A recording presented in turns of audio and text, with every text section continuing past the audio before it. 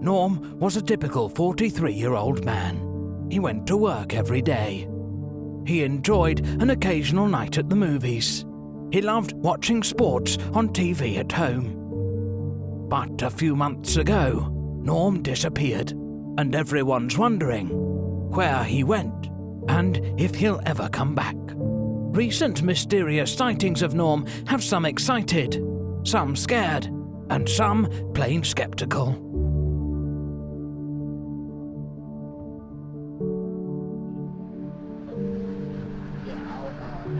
Hi, excuse me, sir. 1 second. We're talking to people about the mysterious sightings of Norm. Uh-huh. Can you take a look at this picture for us? Yeah, sure. I don't see it. I mean, he's got a little bigger and his hair is just really long.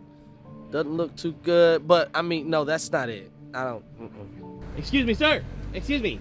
Hey, we're looking at pictures of Norm to see if he's actually back. What do you think? I'd have to see a picture. Will you take a look at these pictures and tell us what you think? Oh, sure. Maybe, but something looks a little off. For all I know, that could be Loch Ness. I need a better image to really prove he's like actually back.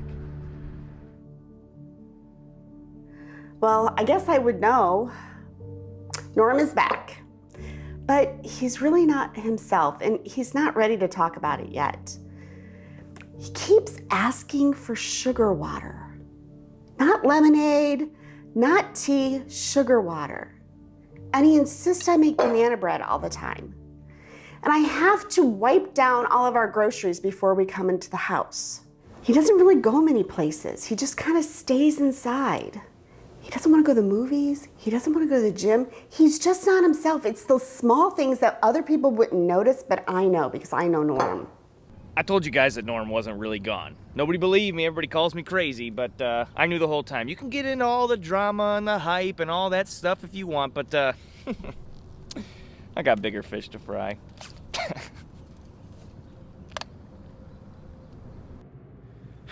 He's back, but he's just not like I remember. You know, he's been really socially distant lately. I mean, come on, dude. We're friends. Doesn't even want to high five anymore. And is passing on the golf trip that we normally take to California. Is it weird that you like missing somebody who's only like 6 feet away? Well, Norm's back, but he's different, and it's weird. Everything's supposed to just be fine, and we're supposed to send our kids to school soon? Nope, no way, forget it. I'm homeschooling this year. You guys are still talking about Norm? Honestly, the world has moved on, documentary guys. I mean, have you heard about murder hornets or about TikTok being banned? What are we gonna do? The world is playing Jumanji and you guys are still playing Clue, honestly.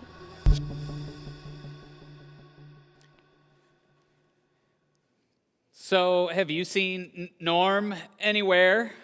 Or does everything just feel a little weird to you too? I mean, back to school, you watch baseball games with cardboard cutouts in the stands. I mean, there's just something about where we're at that just feels like, okay, yeah, maybe, but it's just not quite right, you know? One thing that does feel good for me is that I get to spend a few minutes here with you. Whatever campus you're at, whatever device you're watching us on, I look forward to this every weekend. And so thanks for taking a few minutes. We're going to share a few things. The singing portion will come up in just a minute, so whatever device you're watching us on. For those of you that are physically here, welcome to CedarCreek. And for those of you at the Perrysburg campus, we have some men who tune in every weekend at TOCI, at Toledo Correctional. Will you put your hands together to give them a hello from us and just let them know we're cheering for them and praying for them. It's always good to be able to do that. Thank you so much for being a part of our church. For those of you that partner with us and those of you that partner financially, just want to say thanks. Your giving enables us to keep doing what we've been doing over the last few months and to accelerate in the area of introducing people to Jesus and the life-changing adventure with Him. I think one word that describes a little bit of what I hear people thinking or feeling is this word right here. It's ready. We're ready for a new thing. We're ready for it to get back to some things, to get back to the way that they were. We're ready for college football. Oh yeah, that's right, Big Ten isn't playing. So Michigan fans, the good news is you won't have to see your team lose to Ohio State this year. But chink, yeah, that's right. They still come. As a Notre Dame fan, I still have games scheduled, so I'm excited about that. I know my boys, they were excited about the new season of Fortnite that launched this past week, so they've been playing a lot of Fortnite, ready to go back to school or ready to, we get ready for all sorts of things. And the more I thought about this word, what's interesting is sometimes we're ready for something and then the opportunity comes. We think to ourselves, actually, I think tomorrow will be a better day for that. You got to do some exercise because the COVID -19 turned into a COVID +19. And so you're like, I should probably, go to the gym or get that walk in. And so you wake up in the morning, you're ready, but you're not really ready. You're like, tomorrow will be a good day to start homework, and we'll put that off. Maybe a house project, we'll put that off. And we can laugh about that until it turns into a conversation that you need to have with someone. Like you need to, and you keep putting it off. Or maybe that spiritual next step that you feel like God's been inviting you to take, but you keep putting it off, you keep postponing it. You're like, God, next week, And so here's the thing. When it comes to this word, what we need to realize is there's a difference between being ready and being prepared, okay? There is a difference between being ready and being prepared. For those of you that are like word checking me right now on your phone, yes, the basic definition of those two words are the same. But I was at a wedding last weekend where Pastor Chad Schramm, he's our student ministries director at the White House campus, did a phenomenal job with the wedding. This was some of his advice, is wrapped around the statement. And the more I started to look into it, ready is the feeling that we have in the moment. Like, I'm ready for this. Okay, it's like a psych up. It's reactive for the most part. Prepared, on the other hand, is the work that you do in advance. It is more of a proactive response to a situation or to a future reality. Like, you can be ready, feel ready, but not prepared. And you can be prepared and then not feel ready. Let me give you an example. Here's an example of being ready, but not really prepared. Watch.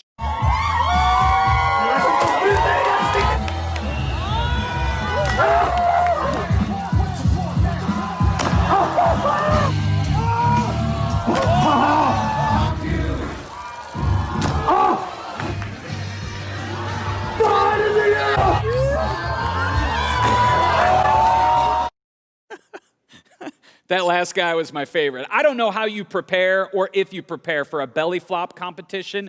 I think it's just something you got to tell yourself, I'm ready for this, and then you just go in.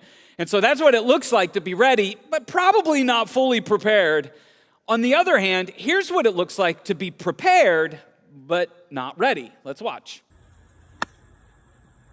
Get there, get there, get there. Get in the hole. Go in the hole. What? What? Rocco, you just hit a hole in one. Rocco, you just hit a hole. There's no way. I'm not hitting the ball. Oh, go get it. Dude, he just hit a hole in one. I actually did it. I love that he's dragging his golf club behind him. That 6-year-old accomplished what some of us have been trying to do our whole lives, okay? And we haven't been able to do it. He's 6. That's amazing. He wasn't ready, but he'd been working. He'd been preparing himself for that moment. We need to understand the difference. If we're going to get through the season that we're in, if we're going to get to the next thing that God has for us, that next part of your life, that new beginning that maybe you feel like you're ready for, the question is, are you prepared? And you might be thinking, well, really, Ben, what difference does this make? I mean, we're just like nuancing words here. Here's my concern. My concern is that you may feel ready, or you may depend upon feeling ready and miss something really important right now, or you may actually miss the moment when it shows up because you need to feel ready and you don't. And so the bottom line for our time, if you're taking notes, is this: stop waiting to be ready, be prepared instead. Stop waiting to feel ready in the moment. Stop depending on that feeling of being ready, and instead focus on being prepared instead. If we're going to get through this season that we're at, we can't just think, get through 2020. Let me ask you the question. How much of this is going to change by Christmas? I mean, I thought we would be back to normal by now, all excited about college football. You remember when they told us originally, we'll just get our kids out of school for 2 weeks, and then we'll get them back into school and everything will be okay. I mean, look at where we're at today. Do you think it's going to get better by January of 2021, February, March, back to? No, there's an element of what we're living now that is our life. And so instead of waiting to feel ready, instead of not feeling ready, instead of being ready to get somewhere that we might not even be getting for a while, what does it look like to be prepared instead? We've been looking at William Bridges' framework to help us understand how to navigate seasons like this. In other words, let's help us clarify what is normal in these seasons so that we stop looking for where's normal, all right? And he describes the framework like this. You've seen this before, that when we're transitioning into something new, change is an event that happens. Transition is the journey that we go on to realize or to step into this. It begins with endings. We go into the neutral zone. We've been talking about that over the past few weeks. And he says that something interesting happens as time goes on, as you get near to the new beginning, where all of a sudden you start to second guess. You start to resist. It's like you don't feel ready. It's not as automatic.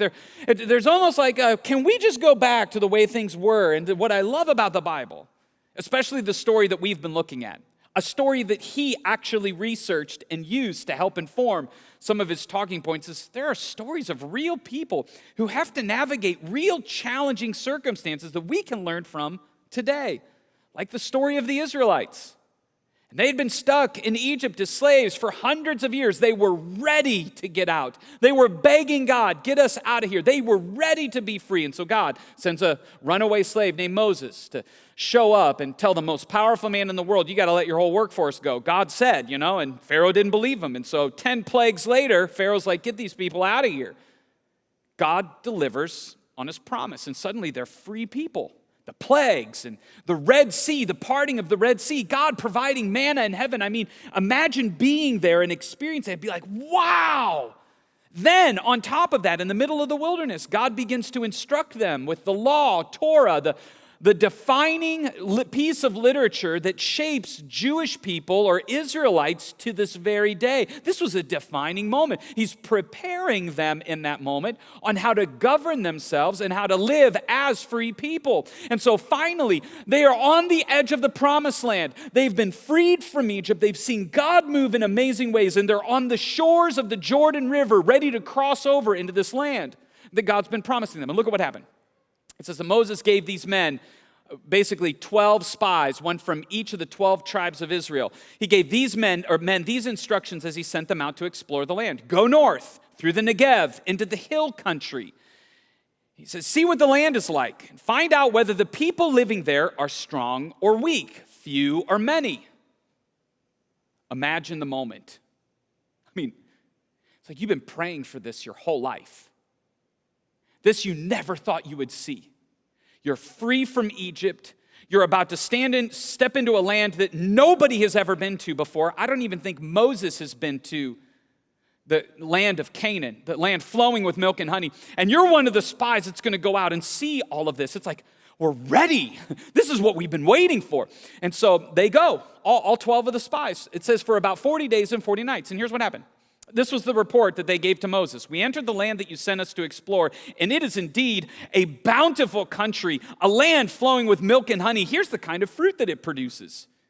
In the passage, it describes men carrying clusters of grapes on a pole between the two of them. Like this is how big the grapes were. I think there was a little hyperbole there. They're bringing back pomegranates and all sorts of dates, all sorts of fruit that they've never probably tasted in a long time. I mean, the best way to describe this is the buffet on a cruise ship, okay? You walk in, you're like, wow, I've never been on a cruise. I've just seen the faces of people who talk about the buffet on the cruise, and it's like, this is what's happening in front of everybody. Can you believe it? We're finally here. Look at all of this stuff. And this is how the conversation begins, but pay attention to how it shifts. But the people living there are powerful. But their towns are large and fortified. But we even saw giants. So we can't go up against them. They're stronger than we are. Yes, Moses, the land is good. It's amazing, but there's no way. But the people there are too big. But Moses, we're too small. At one point they said, we're like grasshoppers. They even said so themselves. It says that. It's like, but it's just not going to work. They had this amazing new opportunity, a new beginning that God had been preparing them for, but I'm not sure that we feel ready for this. They came to the conclusion that all that prep wasn't going to work. They didn't feel ready in the moment. So it says they spread the bad report about the land among the Israelites, and then the whole community began weeping out loud, and they cried all night.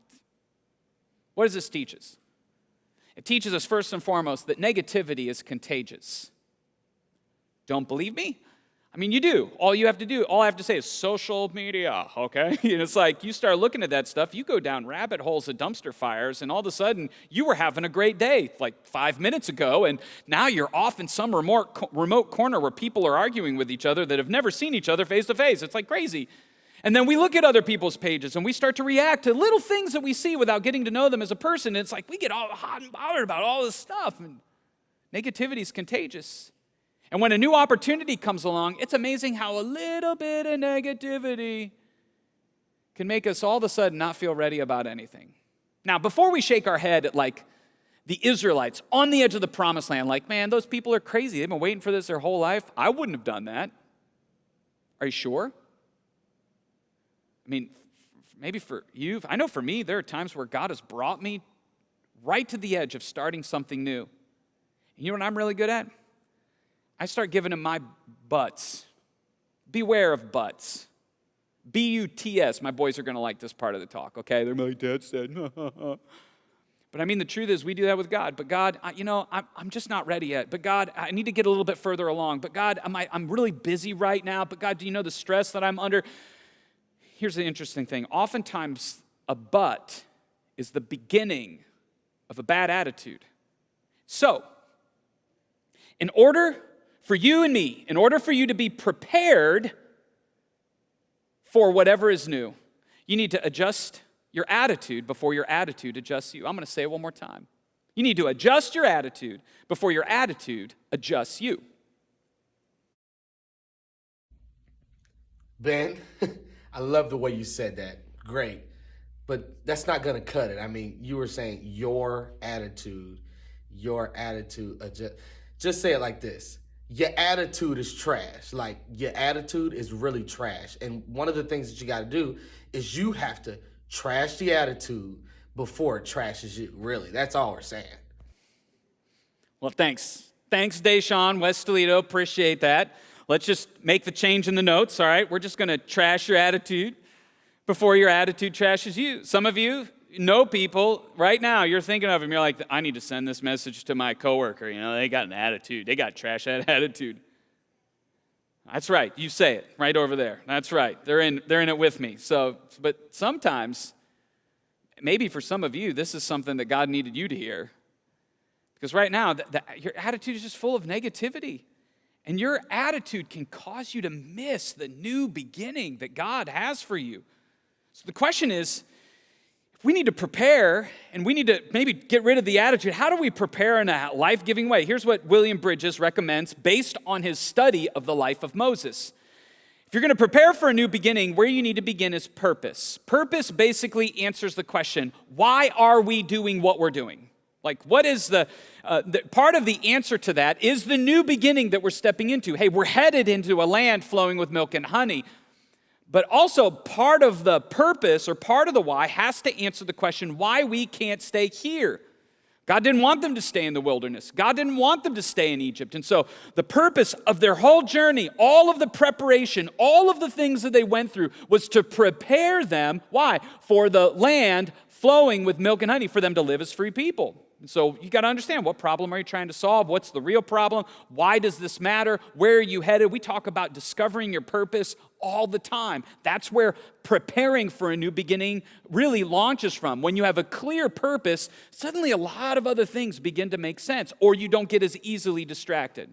After you have that, Bridges says you need a picture of where it is that you are going to go. What is it going to look like when you get there? What did Moses say? This is a land flowing with milk and honey. What did he say? Go in and get a picture of the land that we are going to look at. Come back and tell us what it is that we can anticipate. You need the same thing. I need the same thing.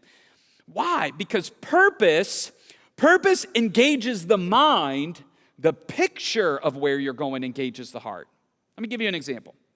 This weekend is the 57th anniversary of Martin Luther King's I Have a Dream speech. And if you haven't read it lately or listened to the whole thing, I would encourage you to do that. It's a powerful speech. You and I, we've all heard the part, the final part, where he begins is he lays out the purpose by which or for which he is marching and by which he is speaking and the reason that they're engaging in this quest for civil liberty. And at the end of the purpose statement, he paints this picture that still is inspiring us today, that he has a dream, and it evokes something out of our heart. What should it do for us today? It should remind us that we have work to do. That yes, we've made some progress, but we're not quite where we need to be. And the reason that this is important is because God has created every person equal, the same. So, you may not agree on what kind of slogans to use in this season. Let's not let those slogans unnecessarily divide us, because we should all agree that any injustice needs to be dealt with. And we should all agree that people matter to God. And we should all agree, especially for those of us, the Jesus followers, that the ultimate thing that's going to change all of this isn't necessarily our favorite thing that we put on our social media page, but it's when Jesus shows up in someone's life. And so our mission becomes critically important in this time. When we begin to get a picture of what that can look like, it can change things. So you need to know your purpose.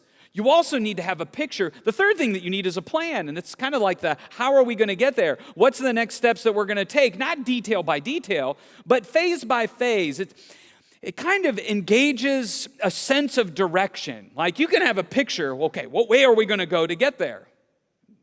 God brought you out of Egypt. He rescued you, took you through the Red Sea, gave you some instructions. He had a plan. Just follow him step by step, and we need to pay attention to that in these areas of our life. Once you have the plan, then you need a part to play. And really, what's my unique role? Like, what is your specific next step in this? How am I involved in this process? This should engage action on your part. This isn't just something those people are doing out there. Here's the part that I play moving into the new beginning. This is how you prepare for a new beginning. The last thing that I want to add is you need to be aware of the people. You need to be aware of the people that you have in your life. It doesn't necessarily answer a question for you. What it does is it provides support. Or your people are providing a distraction, potentially filling you with negativity, keeping you from the new beginning that God has for you. The people that you're with will shape the direction that you go. So let's look at all of them together. I mean, think about this. When you think about this list, if you're looking for a new job or you've recently graduated, a lot of people are ready for a new job. Some of you, you've been in a job for a long time. You're ready for a new job. Well, do you know what the purpose of work is? Are you clear on that? For those of you that are Jesus followers, do you know what he says the purpose of work is? When you get clear on that, do you have a picture of what you want your life to look like? Or are you just ready for something new? Do you have a plan for how you're going to transition from one to the other? Or a plan to navigate the key questions that are going to help you find the right job? Or you're just going to go from job to job to job to job? Do you have a part that you play in the process? Or are you just waiting for somebody to show up and give you your dream job? And who are the people that are helping you navigate this? When you put all of this together, suddenly you realize being ready ain't enough. You got to be prepared. Or for those of you that want to find the one, you're ready to get married. It's like, if I could just find the one. Well, ask the question, what's the purpose of marriage? Have you ever asked yourself that? Like, what did God say marriage is really all about?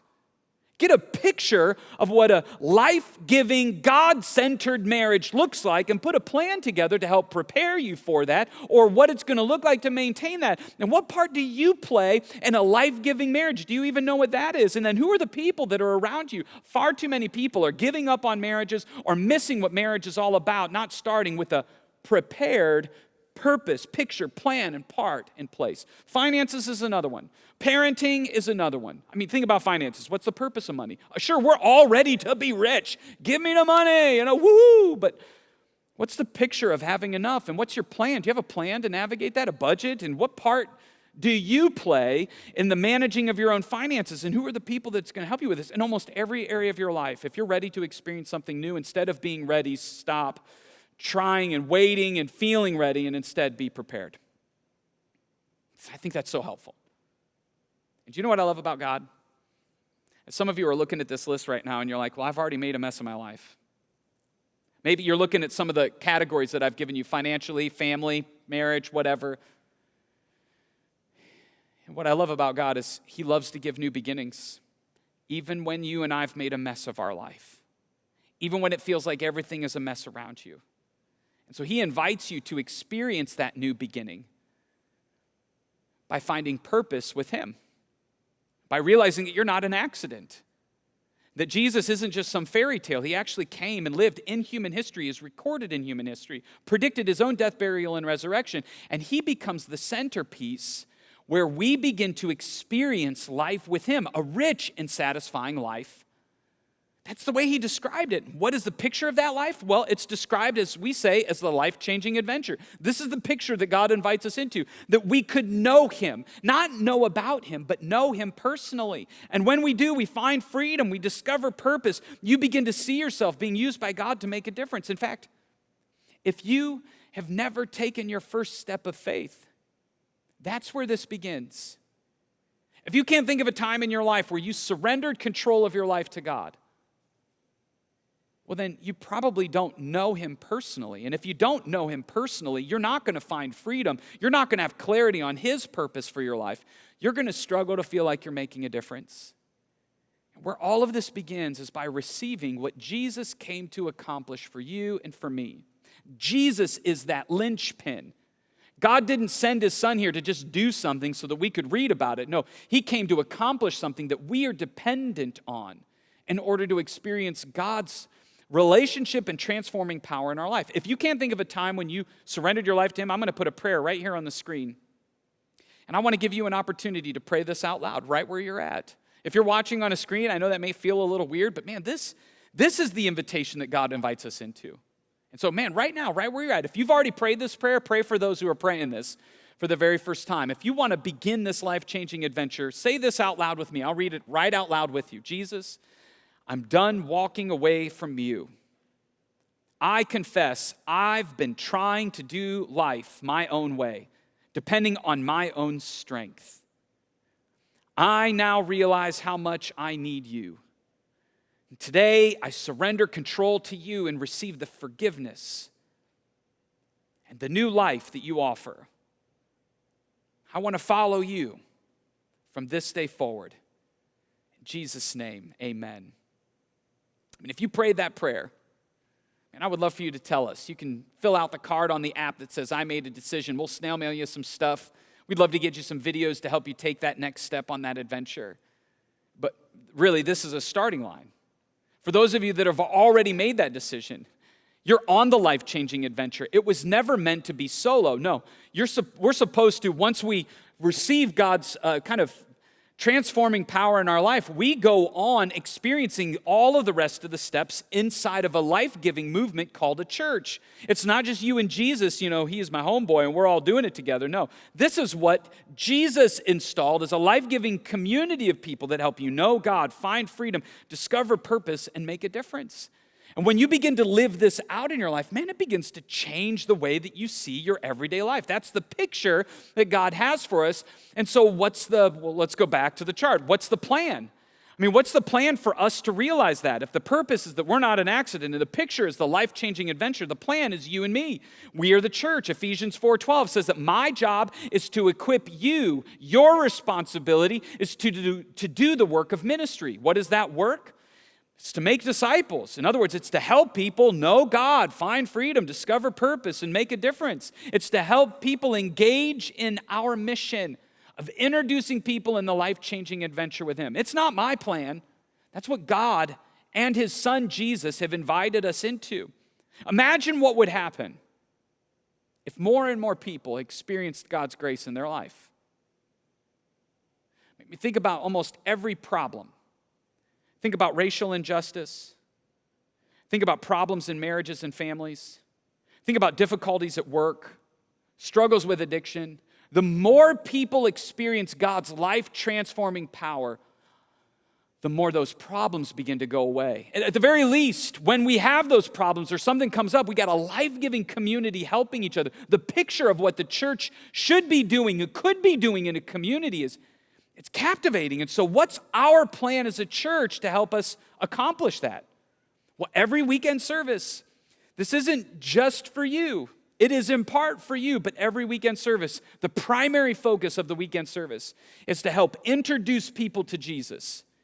So when you begin to think of it that way, there are people who come every weekend who are not sure where they're at on their journey. The primary focus is to do that and to help those of you who are already convinced be reminded that we need to trust God in some simple areas of our life. It's to remind us to know God. That's not the full journey. And so if you just rely on the weekend service, you're going to get bored here at some point. 2 years, 3 years, usually around 5 years. It's like, the weekend isn't enough for me. That's because you haven't taken another step into group life. That's the primary environment where we help people find freedom. And so for some of you, that's the step that God's put on your heart, and you're like, actually, but, and I think that's the next step that you need to take. And for those of you that have experienced a life-giving group, you start to say things like, this is my church. This is where I experience community. I feel really connected here, and that's great. That's good. But that's not the only thing that you'll need at church, because I promise you, after a few years of your group, it'll get stale and it'll get old too, and you'll be like, it's just not the same, and I'm not as connected, and that'll start to feel a little different. At some point, you need to discover your purpose and begin to make a difference. That is ultimately the full calling that God has for every single one of you. That's the part that you play in this. And my concern is that so many people look at it and like, that's Ben's job. That's the pastor's job. No, God's looking at you, inviting you to be a part of his, as we say, dream team. And so over the next few months, whether you're watching online or you're here with us physically, we've got some things that we want to invite you into. For example, the series that's coming up in September is Finding Peace, How to Live with a Non-Anxious Presence. Now, I'm not going to ask for hands, but I think some of you are like, I could use that in my life. Or you're elbowing somebody like, you really need to attend that. And I think the truth is, I saw that elbow back there. That was great, perfectly timed. I think we all need elements of this. I think it's going to inspire every single one of you all, your faith. It's going to give you practical things. But we're not doing this service just for you. In fact, when you decide to share this on your Instagram account, on your Facebook account, TikTok, whatever it is that you're on, when you share it and you're like, I'm excited for this, or something from the weekend, you share it and you tag us. It seems silly to some of you, but God uses that to put it in front of people that he cares deeply about. So never underestimate how a simple share from you might be useful in this next season. And if you're not on social media, grab the stuff and share it via email or text message. That's fine too. Say, hey, I was thinking about you. I think this series will be fun. Let's attend together. When you take time to invite people, you're saying, hey, I'm not just living for me. I want to be a part of this new thing that God may want to do in your life. And you know what? If you don't want to text because you don't text, and you don't want to email because you don't do email, and you don't do social media, you know what works? It's a good old conversation. Just invite people. Never underestimate how God may want to use you to make a difference. That's how we're going to prepare. And now after this, we got a series called The Great Divide that's going to be relevant as we step into election season. That's going to be spicy. I'm already sweating over it. That's why I need the How to Find Peace and Live with a Non-Anxious Presence before that series, all right? And then pretty soon, Christmas is going to be here. We play a part in helping people take steps on that adventure. We need group leaders to step up and help lead groups. We need you to be involved in groups. We got Growth Track ready to help those of you who don't know your purpose to discover it. There are plenty of opportunities for you to not just kind of drift through this season, but to experience the new thing that God has for you. But you're going to need to know the purpose, the picture, the plan, the part that you play, and you're going to need some people in your life, hopefully, that are seated around you to help you navigate that. And so if you're not feeling ready, trust that God is preparing you, that he has been preparing you, just like he did for the Israelites. What's interesting is at the end of the day, even with all of those preparation pieces in place, you're still going to have to choose to trust him, whether you're ready or not. What's interesting is you could still walk away. God had been preparing the people of Israel for the promised land, but they didn't feel ready. So they spread this bad report about the land among the Israelites. Everybody's talking about all the negativity. We're not ready. This isn't going to work for us. And look at what Moses does. He says, don't be shocked. Don't be afraid. The Lord your God is going ahead of you. He'll fight for you, just as you saw him do in Egypt. He's like, wait. God's been preparing you for this. He goes on. He says, and you saw how the Lord your God cared for you all along the way as you traveled through the wilderness, just as a father cares for his child. Now he's brought you to this place. He's been preparing you for this. Don't neglect what God has already been doing in your life, friends. God's been preparing you for this. And so instead of giving him butts, instead of living in a trashy attitude, ready or not, I'm going to trust that God's doing something in me and through me that I may not fully understand, and so I'm going to take a step forward. Tragedy is they didn't listen. They weren't convinced. They focused on the problems instead of God's power and his preparation. They weren't ready for the new thing that God had for them, and so they came up with a new plan. Look at what it says. It says they plotted among themselves, let's choose a leader and go back to Egypt. And God lets them. He lets them journey back into the wilderness. There they were, on the footsteps of a new land and a new opportunity. But they were convinced they needed to feel ready more than leaning into the preparation that God had been doing all along. And they ended up spending the rest of their lives in the wilderness. All of the adults, they all passed away in the wilderness, never seeing the promised land, except for a few. It was their children that would eventually step into the land that God had promised them. What this story reminds me, two principles. God will remain faithful to his promises. He will. But God will also allow you to walk away. He'll allow you to walk away and face the consequences. He'll be with you. He'll help. But today you have a choice. You can experience some of the new things that God's inviting you into, or you can focus on all the negativity, all of the buts, and miss it.